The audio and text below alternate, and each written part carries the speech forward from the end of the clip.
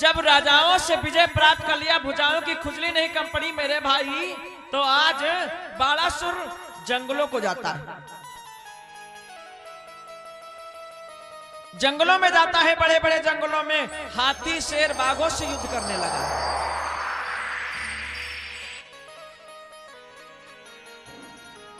बड़े बड़े जो हाथी शेर हैं उनसे युद्ध करने लगा बाणासुर, सभी को मार देता है, पकड़ता है, बीच से फाड़ देता है, लेकिन भुजाओं की खुजली नहीं कम पड़ी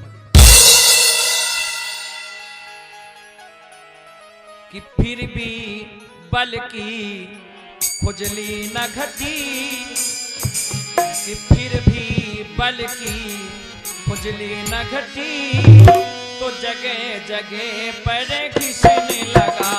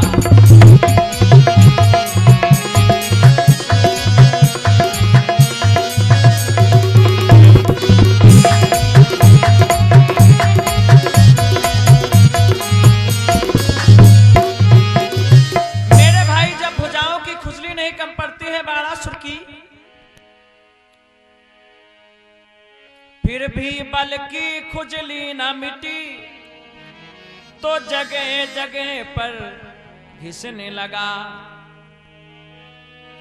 भारी से भारी पर्वत को आटा की नाई पीसने लगा। अरे जब भारी से भारी भुजाओं कोई खुजली नहीं कम पड़ी, शेर हाथियों को पछाड़ दिया, फिर भी जब नहीं खुजली कम पड़ी मेरे भाई, तो जंगलों के वृक्ष एकदम से पकड़ता है और तेजी के साथ में उखाड़ के फेंक देता है।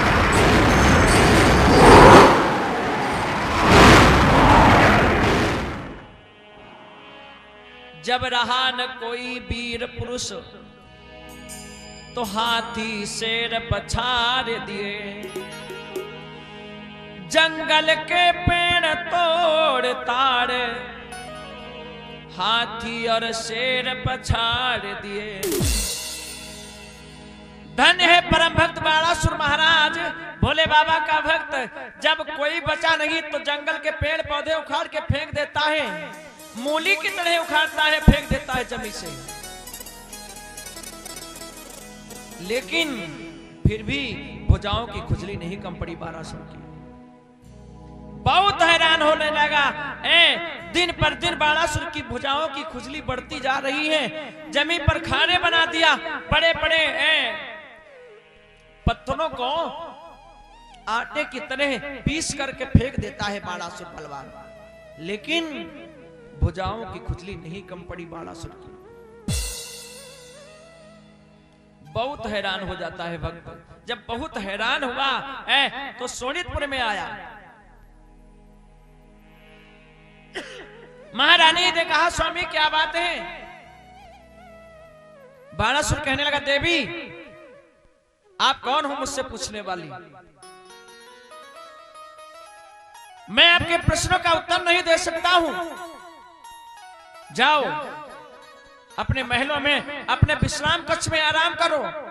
आप कौन हो सकती हो मुझसे पूछने वाली? बहुत परेशान हो जाता है बाणासुर। विचार किया, जब कोई वीर पुरुष नहीं रह गया है तो अब हम भोले बाबा के पास जाएंगे। भोले बाबा के पास जाएंगे और कहूंगा कि हे भोलेनाथ, हमें कोई वीर पुरुष बतलाओ जो हमारी भुजाओं की खुजली कम पड़े, क्योंकि तुमने मुझे बल दिया है। ध्यान से सुना आप लोग, बोल शंकर भगवान की।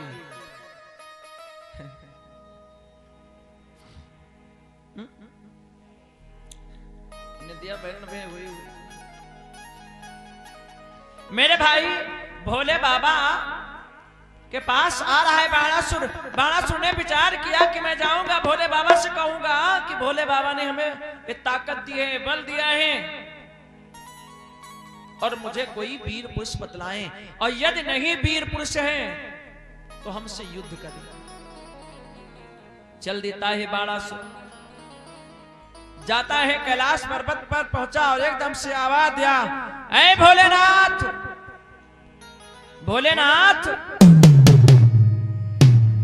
तो भोले बाबा ने जब आवाज सुनी तो कहा, क्या है भक्तराज, बोलो, आओ बैठो।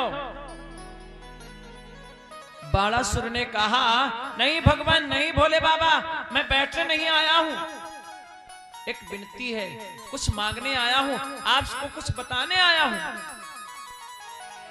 तो भोले बाबा ने कहा, बोलो क्या है तुम्हारी इच्छा। तो बाणासुर कहने लगा, सुनो, या तो बतलाओ वीर कोई, तुम्हारी नजर में कोई वीर अगर आता हो तुम्हारा भक्त तो उसे बताओ और हमसे युद्ध करे, नहीं तो सुनो, या तो बतलाओ वीर कोई, या तुम ही मेरो काम करो, और तुमने ही बल दे डाला है, तुमने ही बल दे डाला है, तो तुम ही आए श्रृंगार करो।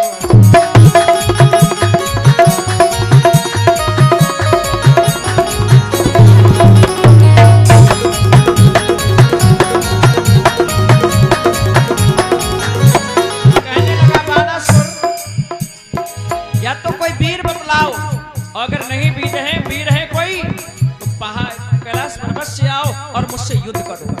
मैं बगैर युद्ध किए आपसे नहीं जाऊंगा, या तो कोई वीर बतलाओ, क्योंकि तुमने मुझे बल दिया है, तुमने मुझे ऐसी शक्ति दी है।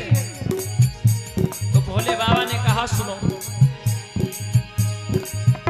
बोले मूर्ख अभिमान न कर, सीमा से बाहर बात न कर, इसकी शक्ति से यू पापी, इसकी शक्ति से यू पापी, उसके ऊपर हाथ न कर।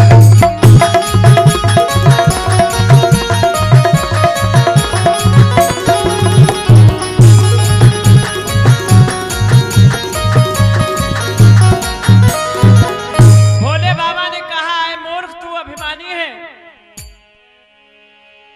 बोले मूर्ख अभिमान न कर, सीमा से ज्यादा बात न कर,